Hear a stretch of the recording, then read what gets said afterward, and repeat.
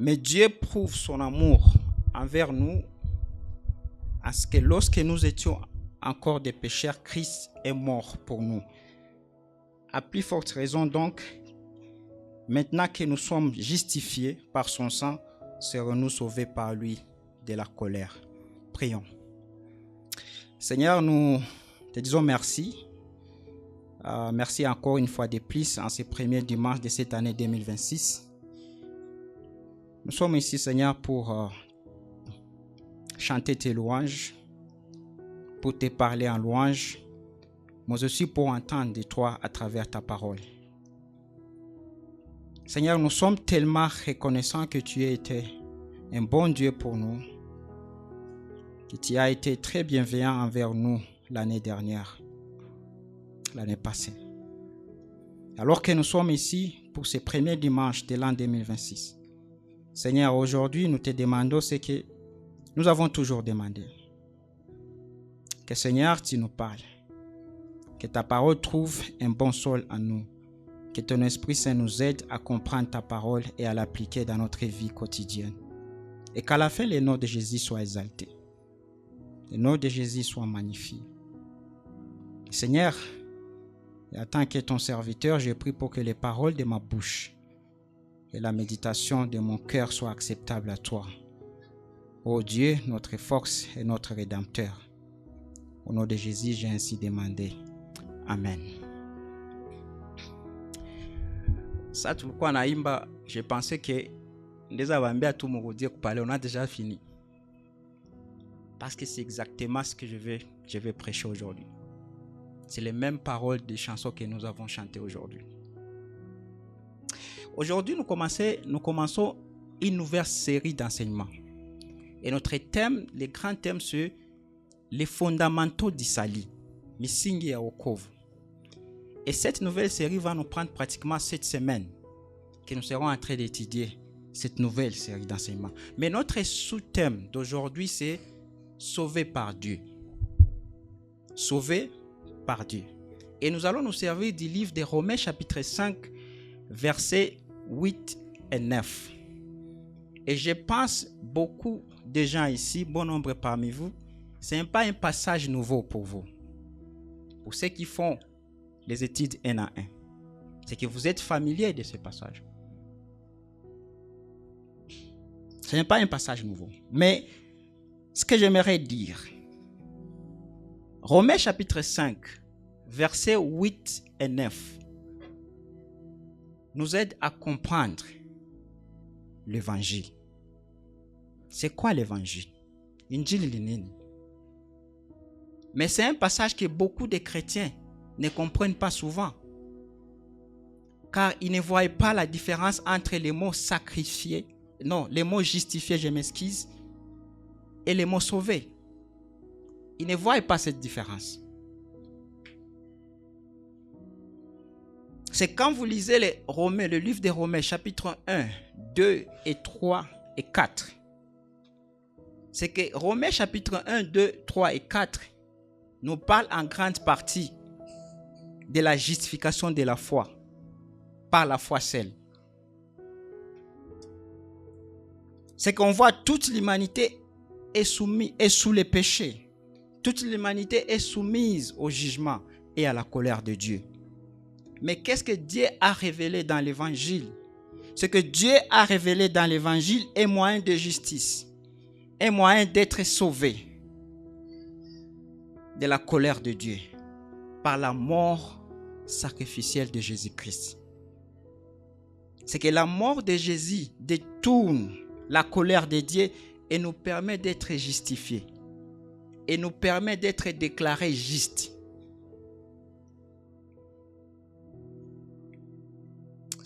J'espère que c'est Salomon qui est notre avocat ici. Il peut nous donner plus d'explications en ce qui concerne les mots justifier ou être juste. Donc, ça qu'on a samba pour le parquet et tu arrives à gagner le procès, qu'est-ce qu'on fait? Il est déclaré juste. À quoi na cause, n'est-ce pas? Et alors la mort de Jésus détourne la colère de Dieu et nous permet d'être justifiés, d'être déclarés justes. Et cette justice est reçue par la foi seule. Et cette foi est expliquée bien au chapitre 4 des Romains. Mais quand nous arrivons au chapitre 5, c'est notre passage d'aujourd'hui. C'est que le chapitre 5 commence par une conclusion. Au verset 1, que nous dit Romains chapitre 5, verset 1, il dit « Étant donc », là on voit une conclusion, « Étant donc justifiés par la foi, nous avons la paix avec Dieu par notre Seigneur Jésus-Christ. » C'est que cette justification par la mort de Jésus que nous recevons par la foi nous conduit à avoir la paix avec Dieu. Et cette paix déborde en joie. Et comme nous lisons au verset 2, qu'est-ce nous dit verset 2, chapitre 5, Romains, verset 2, il nous dit, nous nous glorifions dans l'espérance de la gloire de Dieu. Verset 3, nous nous glorifions même des afflictions, même des souffrances. Verset 11, nous nous glorifions en Dieu par notre Seigneur Jésus-Christ.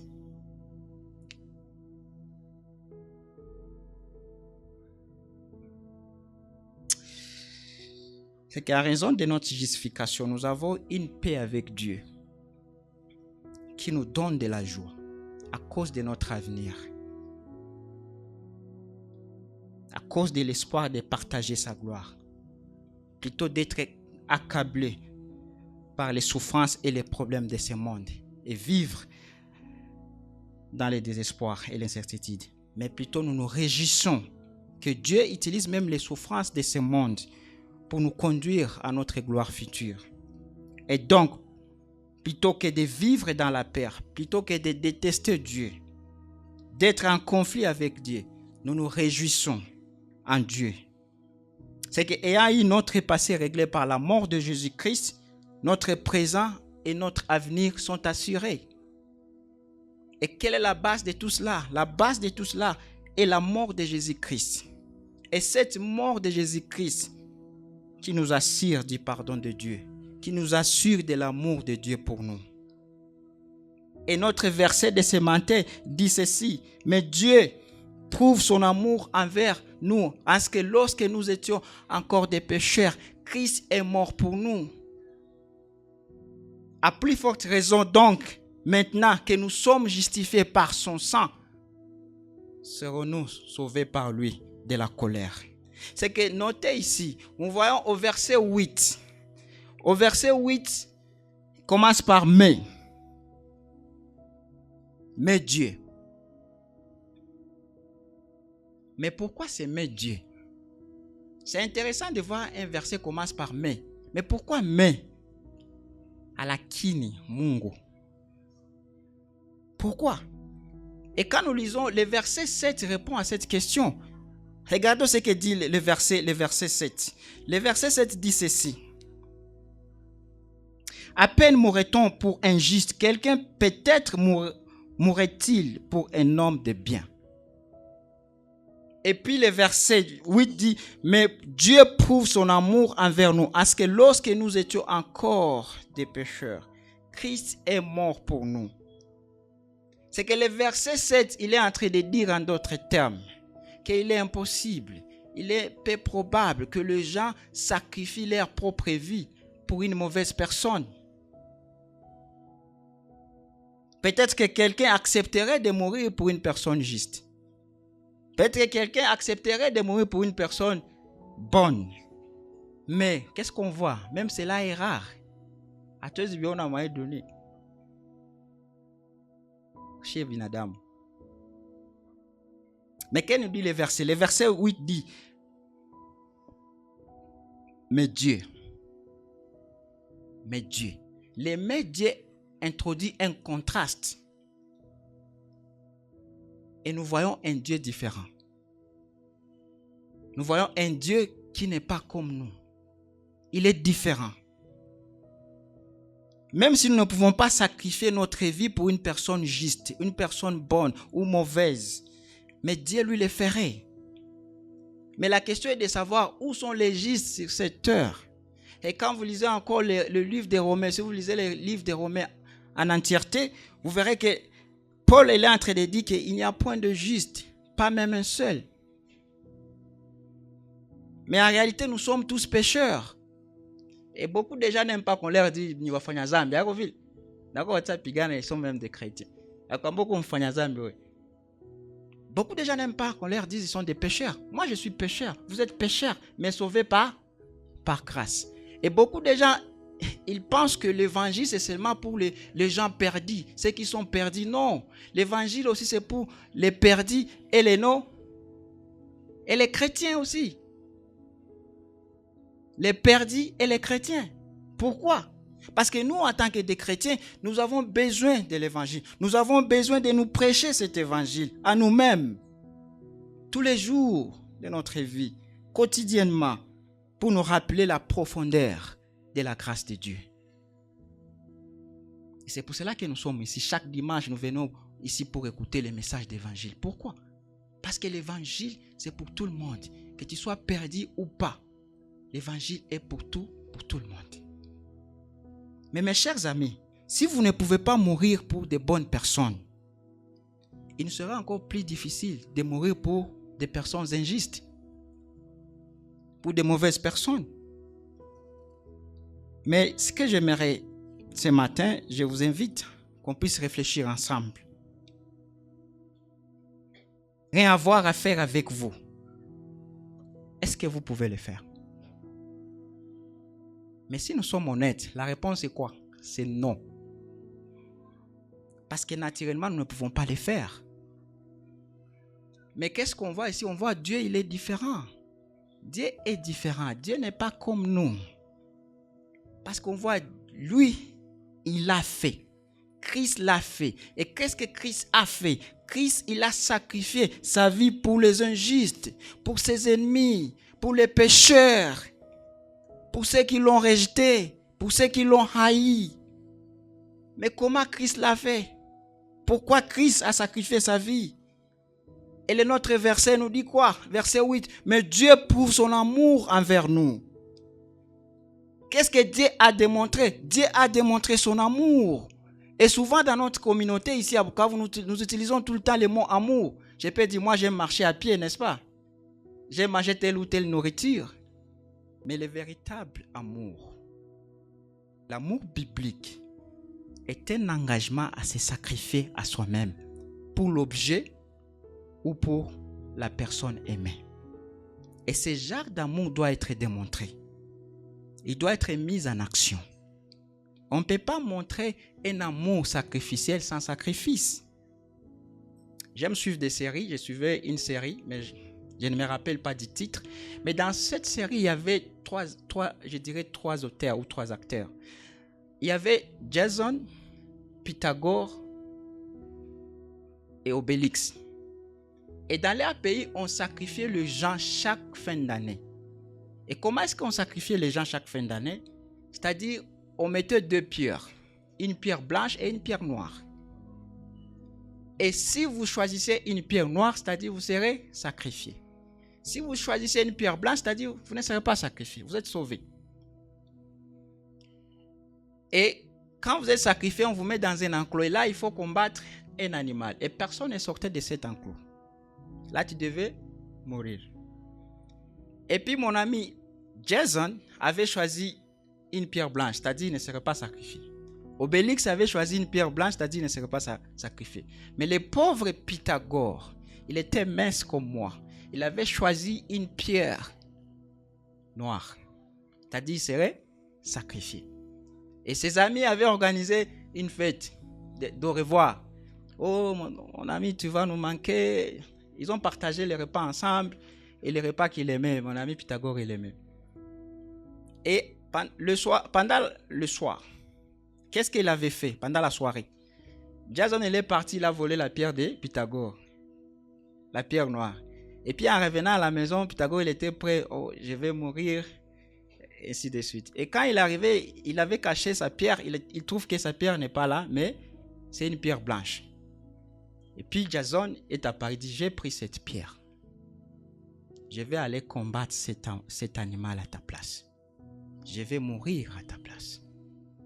Il a accepté de mourir à la place de Pythagore. C'est pour dire quoi? On ne peut pas montrer un amour sacrificiel sans sacrifice. Et si vous aimez quelque chose, il n'a pas shonekana. Cela c'est vrai, n'est-ce pas? Il n'y a pas shonekana. Vos actions trouvent ce que votre cœur aime. Si vous aimez une certaine chose, vous ferez des sacrifices pour les obtenir. L'amour se démontre par nos actions. Et si quelqu'un aime l'argent, il sacrifiera sa vie et sa famille pour faire quoi? Pour en avoir. Et si quelqu'un aime le sport comme moi, j'aime le sport, il sacrifiera son temps et son énergie pour en profiter. Mais qu'est nous dit ce verset 8? Le verset 8 dit Dieu aime. Dieu aime. Il dit, mais Dieu prouve son amour envers nous. Les nous là, c'est vous et moi. Les personnes que Dieu a créées. Mais si Dieu il nous aime d'un amour vrai, d'un amour biblique, cet amour doit être démontré. Et c'est exactement ce que nous voyons dans le verset 8.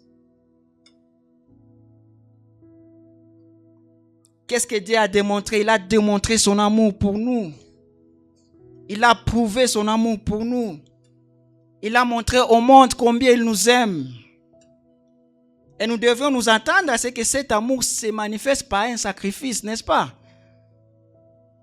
Comme l'avons dit avant, plutôt, le véritable amour exige un sacrifice pour la personne aimée. Comme les maris se sacrifient pour que leurs femmes et leurs enfants ne puissent pas manquer à manger, n'est-ce pas? Mais comment Dieu démontre-t-il son amour pour nous? Et notre verset 8 continue. En ce que lorsque nous étions encore des pécheurs, Christ est mort pour nous. J'espère qu'on peut se concentrer un petit peu sur l'expression lorsque nous étions encore des pécheurs.